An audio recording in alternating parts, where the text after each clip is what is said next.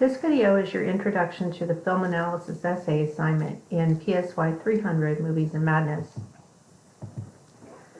The purpose of this assignment is to have you practice what we have been learning by watching the films in class.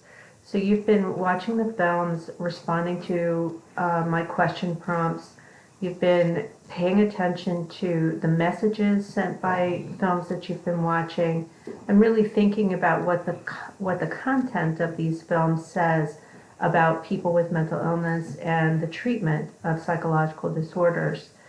So the film analysis essay assignment is your chance to put the skills you've learned into practice by choosing a film of your own, one that we have not watched in class, and then doing a critical analysis of that film. Sorry, as usual, I have dogs in the room and they're noisy. I apologize. The film analysis essay, as I write here, is a critical piece of writing where you're going to be asked to think about cultural and or ideological information. I've provided you with a book chapter by Corrigan to read about ideological critiques, and that should be very helpful to you as you kind of wrap your head around what I want you to do in this assignment. I'm going to touch on these ideas further in this video. Your job is going to be to scrutinize and evaluate your chosen piece of media, which will be a film. Now, some people do choose a television episode or a season. Although I wouldn't recommend a season. That's a lot of viewing to evaluate. So you're going to choose a film typically, and you're going to scrutinize and evaluate it in terms of mental health content. In the paper, you'll be developing what I call a theme-based argument. So you're going to develop a statement that you're going to then build an argument for over the course of your paper. I am going to ask you, this is not a film criticism class, and I am not competent to teach film criticism, but I do want you to give some thought to, as an amateur, but someone who watches films and engages with them, I want you to think about what the director and or writer intended with the film. What kind of messages did they intend to send by filming in the way that they did? And many of you are in your reflections on the films that we've been watching in class are starting to practice that already. Now, I have posted some links for you in the film analysis essay module that you can use to kind of think about these concepts in film. Things like types of shots and so on that may or may not be helpful to you. I'm mostly concerned with you giving thought to what the writer and or the director might have intended with the film that they were creating. Writing a critical analysis involves a process. And when I designed this assignment, I designed it with using a number of resources. Here's one that I find particularly useful, and you may want to read through it. For the next few bullet points, I have heavily borrowed from this site from the University of New South Wales. They provide this really succinct description of critical review writing. The website is, they're providing this guidance for writing in a number of different contexts, but I found that it was extremely useful for kind of capturing what it was I was intending for this assignment. So your first task is going to be to summarize and then evaluate your film in a broad sense. When you're writing this critical analysis of the film, what's required is what we do in class, or what you do when you watch the films for class. It's watching actively and with the intent of paying attention to the messages sent by the film about people with mental illness, about mental health care providers, about the cultural position of people with mental illness in the film itself. So you're having to watch actively with intent. It also, if you're going to write a critical analysis, means that you need to educate yourself. So you need to read other sources of information so that you can present a mindful, informed, reasonable evaluation of the film. So rather than just relying on your own experiences or your own ideas, which are valid, you have to do the responsible thing of finding valid and reliable sources to support your argument. So for example, let's say that you choose a film and you want, maybe it's a film about schizophrenia, and you want to make the argument that the presentation of schizophrenia in the film was poorly done, that it misrepresents the reality of the disorder, that it unfairly depicts dangerousness in the main character. What you're going to do in your analysis, because that would be your theme, that would be the argument you're going to present, after you summarize the film briefly, then you're going to present supporting evidence in the form of resources that you've identified, so sources that you're going to cite that show that the way the film has presented the disorder is incorrect. Here's the evidence that shows that. So it's not merely your opinion that matters, it's also, valid and reliable sources that you're using. Now, accuracy of a disorder isn't the only kind of theme that you could develop for this paper, and I'll touch on that more here in a little bit. So what do I mean by the word critical? Because, the work that film critics do when they write film critiques and they put them in newspapers or whatever, that is a type of criticism. But I mean thinking critically more than creating negative or positive impressions. So I don't want you to criticize the film in a negative way. I don't want you to criticize it in a positive way, for that matter. I want you to avoid thinking of yourself as writing a film review, as would be done by a film critic.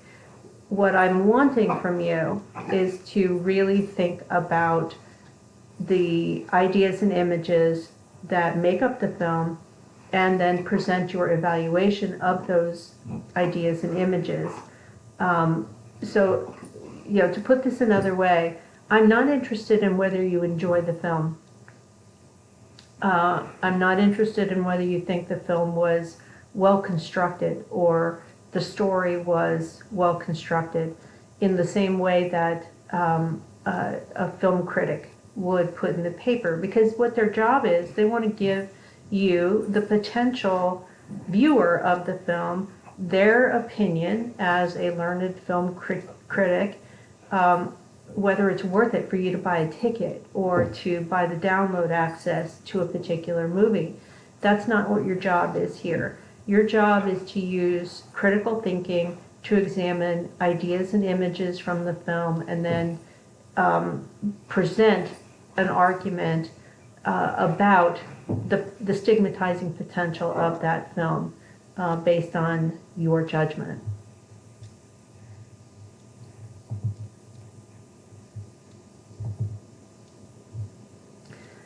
In order to do this well, what I'm hoping that you'll do is to, as you watch and you watch actively, you're taking notes on ideas and images, things that strike you about the film, and then through your resources that you select, you're going to be able to pull in multiple perspectives and make lots of connections through your writing. I also want to remind you that, drag yourself back to the first week of class when I gave you that orienting lecture on stigma as a social problem. And I articulated for you a kind of social cognitive model of stigma related to mental illness. That's a framework that you need to tap into as you're thinking about your film analysis, because the whole point of this class is for you to become a much more mindful and critical consumer of media content as it pertains to messaging related to mental health. Now, what do I mean by the word evaluation? Because, I want you to do a critical evaluation. Now, think about how I've been asking you to, on a scale from 1 to 10, rate each of the movies that I require you to watch as a part of the class. That's part of this idea of evaluation. So when you're evaluating, you're thinking about the pros and cons, strengths and weaknesses of films in a very particular domain. So you're not thinking of the good and the bad about the film as film. You're thinking about the good and the bad of the film in terms of representation of people with mental illness and representation of mental health providers. This evaluation means that you are going to not just understand the story or the content of the film, but you also have to really give some thought to what was the filmmaker's intent. What were they trying to convey in terms of message? And who was the intended audience of the particular film? When you think about those things, it helps you to kind of immerse yourself in the more strongly in the potential impact of the film for shaping public attitudes and either destigmatizing mental illness or making stigma worse, or at least maintaining it. Now, what do I mean by analysis? Analysis means that what you're doing is taking apart the different ideas and images in a film. A lot of the films that we watch as a part of this class are very mixed in terms of their impact. Some of their impacts are positive, some of their impacts are negative. For example, when you watch Silver Linings Playbook, there are many positive elements to that film. The accurate representation of kind of the family strife of people in a family system where one of the family members has a serious mental illness. At the same time, though, the movie sends this really strong message that love can conquer all, and the only people that are appropriate for one person with mental illness to love is another person with a mental illness. So you have a mix of very positive and fairly negative stigmatizing messages in this particular film. So when you're analyzing, that's an example of what you're doing. You're teasing apart ideas and images that make up the film and kind of laying them out for yourself in terms of their components. After that, you're going to demonstrate for me in your writing how you can interrelate these, how you can draw connections. Your supporting sources are going to help you to do that. So whether you make the argument that, say, a film, we started off the term by watching Joker, if you say your theme-based argument is that the presentation in Joker sends the message that if people with mental illness are ignored and treated badly, they will eventually come back with extreme acts of bizarre violence. And then you could make the argument further that is a net negative impact in terms of stigma, and then support it with supporting documents that support your argument. So you're laying out ideas, images. So you give specific images from the film that are indicative of the argument you're going to make, and then you follow that up by demonstrating supporting arguments, connecting those ideas, kind of weaving them through, and perhaps connecting them to that social cognitive model of stigma that I presented to you in the first week of class.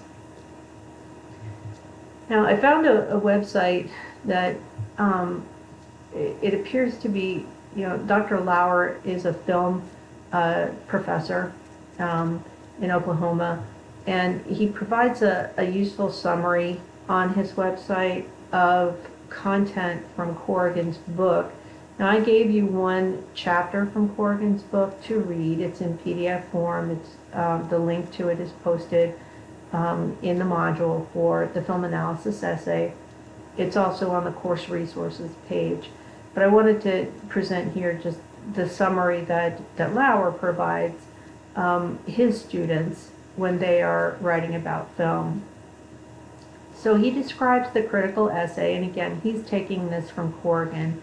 The critical essay is somewhere in between a theoretical piece and a movie review, which is what a film critic would present to a magazine or a newspaper to tell you whether or not it's worth your time to go see a movie. As the writer, you're going to come in with the mindset that your reader has some level of familiarity with the film. Although, the reader may or may not have really thought about it hard. Now, in some cases, you're going to be writing about films that I have not necessarily seen, but you've given me enough of a description that I can make a judgment of whether it's going to be an okay film for you to work with for this particular assignment. Second, the writer will walk the reader through the key themes and elements that build the story in a relatively short description. So in a critical essay about film, you're not going to give a plot summary that is a very long blow by blow. Instead, you're going to give the key thematic issues and elements of the story, usually in about a paragraph. The overarching purpose of a critical essay is not what the movie review is, which is convincing you to like or dislike the film. That's not the goal here. What you're trying to do with your critical essay is to add to the reader's understanding of the film itself in terms of representation of people with mental illness. Fourth, you're going to use, and the bar is pretty low here, as I said, I am not a film scholar. I'm not going to hold you to some standard that I myself can't meet. But you can use some cinema terms and choose very specific examples from the film to analyze. You can focus on a scene or a series of scenes that really demonstrate an idea that you want to make an argument about. For example, in my video lecture on Silver Linings Playbook, I make the argument that the presentation of the physical confrontations between Pat and his parents is very real. It's very realistic and very accurate. Now, I could go, if that was a part of a critical essay I was writing, I could go to research that looks at family experiences with serious mental illness and look at the kind of conflicts that are reported. And I could use that as supporting evidence. So I'm going to be using very specific parts of the film, and I could talk about how the filmmaker uses music, uses lighting, uses a handheld camera so that there's more motion and more kind of that jiggly roughness that gives the scene more of a home movie kind of quality almost. So it ramps up your anxiety and concern for what's going to happen. So that's what I mean by bullet point number 4 here. 5, you're going to be thinking about the film in the context of other pieces of information. Now, Corrigan talks about the context of other critical or scholarly views. Now, I'm focusing more on the scholarly views portion here, and that's why I'm asking you to have resources that you use to back up your argument. And you're going to be able, through the process of your analysis, to draw some general conclusions. And essentially the type of general conclusion you're drawing is about, the overall kind of stigmatizing impact of the film in terms of its pros and its cons. I want you to think about the audience as, even though, I'm going to be your reader, I want you to be thinking about the actual audience is you're writing to other people like your fellow students.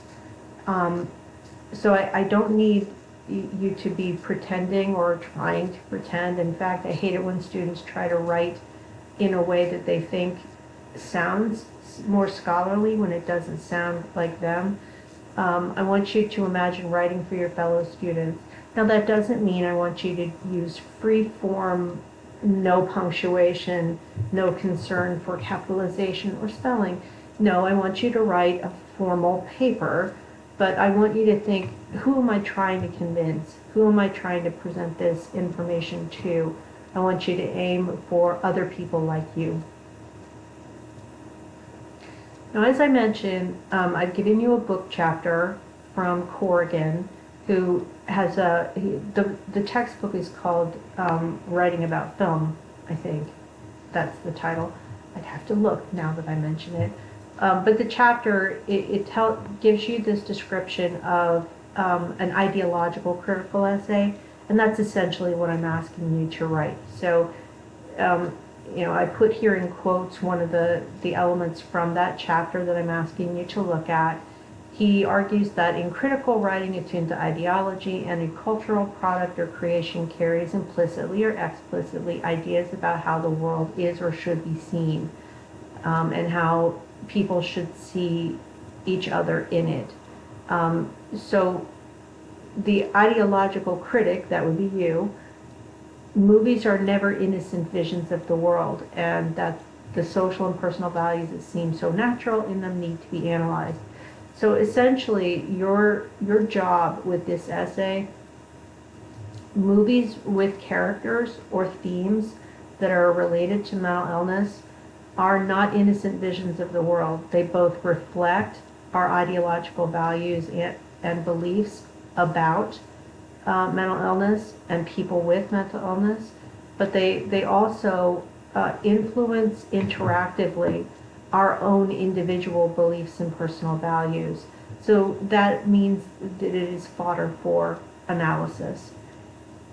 Corrigan also argues that with the ideological approach, you're going to try and think about what message or messages a film is trying to communicate to the broader world.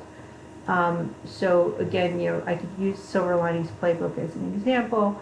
The filmmaker, O. Russell, commented in talking about the film, he was really trying to show a positive story about the challenge for a family of trying to recover and move on with life and have a meaningful life in the face of a serious mental illness. So, and finally, Corrigan states, above all, the ideological approach asks you to be suspicious of what might be taken for granted. So back to Silver Linings Playbook, one thing that's taken for granted often is the idea that having a loving relationship and having the right partner can make mental illness go away, and that's troubling. So we often take that for granted, that's an obvious thing that must be true, when in fact it is not true. So what are you actually going to be giving me? I have a set of required elements to the paper, and this is on the assignment sheet, which is posted in the module for the film analysis essay. I want you to write an actual title. Don't just give me the title of the film. I want a title that indicates what kind of argument you're going to make in your paper. Second, there needs to be a clearly articulated in the first paragraph thesis. Sometimes these are called controlling ideas. It's going to communicate to your reader that you're going to be making interpretation about the content of the film in terms of representation of people with mental illness. Third, you're going to want a roughly one paragraph plot summary. So a brief summary of the film with an eye toward what you're going to be arguing about. I don't want 3 pages of summary. I want about a paragraph summary of the film that you're reviewing. Fourth, and to me this should be the bulk of your paper. And before you ask, generally these papers are about 6 to 7 pages long, double-spaced and so on. You're going to want to spend the bulk of your writing building an argument about media and mental illness, and you're going to be using supporting content, references to make an argument. It could be a discussion of symptom accuracy or diagnostic information. It could be evidence of stereotyping. It could be how treatments are presented, how treatment providers are presented. It could be about ethics in treatment or psychotherapy. I wouldn't say that it would be necessary for you to do all of those. You do need to pick your battles. But I do want a significant chunk of your paper needs to be a convincing argument about representation. Fifth, I want you to be specific in providing evidence to support your argument, both from your references but also from the film. One thing the students often forget to do with this paper is to be specific enough about how certain scenes, how certain images, how certain shots support their argument. And that's an important part of the paper. And finally, you have to have a reference page, and it needs to be an appropriate APA style, as I've mentioned with our other assignments. Now note, I'm asking for 5 references. One of those is going to be a reference for the movie. And in the resources that I've provided you on APA references, there is an example of how to cite a film and how to build a reference for a film.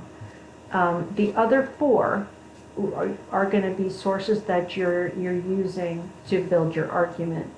One of those can be, if it's relevant, your wall text. The others need to be sources that you find. Internet sources are fine. Just like with the Stigma Buster project, it's not always helpful to use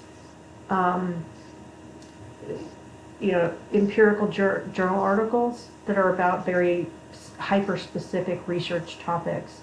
It's more likely that you'll find review articles or articles from nonprofit organizations to support your arguments. And I will be having you, just like I did with the Stigma Buster, I will be having you submit a 1-paragraph description of the film you intend to be looking at and the potential theme, and a reference list so that I can give you some advice. How you're going to be evaluated, and as usual, I have a rubric that I use for this assignment. I will be evaluating ideas and content. So that's the argument you're making, the details and examples that you used to support the argument, your use of your resources, your references. Second, I am going to look at your examination of the director or the writer, or both, your examination of their intentions. I will, as I always do, assess your technical competence. So you have to have your paper be double-spaced. I want it in Word, Microsoft Word, in 12-point font. The margins have to be 1 inch. And why do I feel the need to use those 2 bullet points? Because students still sometimes, it's rare, thankfully, think that if they drive their font up to 16 and they make their margins big, it will make their paper look longer, as if I wouldn't notice. I notice. Just put your paper in a normal font that's 12-point, make your margins 1 inch. You do need a reference page that's appropriately formatted in APA style, and you must use APA citing norms when you're citing your references. Please avail yourself of the materials that I have provided for you to know how to do that. rather than just sort of winging it and putting stuff in as citations when they're not properly done. I will be evaluating, in addition to the technical stuff, I will look at the quality of your reference material. And again, that's why I ask you to turn it in early for me so that I can look at it. I can screen them and say, you know, that source is not going to be helpful for you, or it's from an unreliable source. If I tell you those things, I will expect you to replace them. So that concludes my coverage of the film analysis essay assignment. As always, if you have questions, please ask.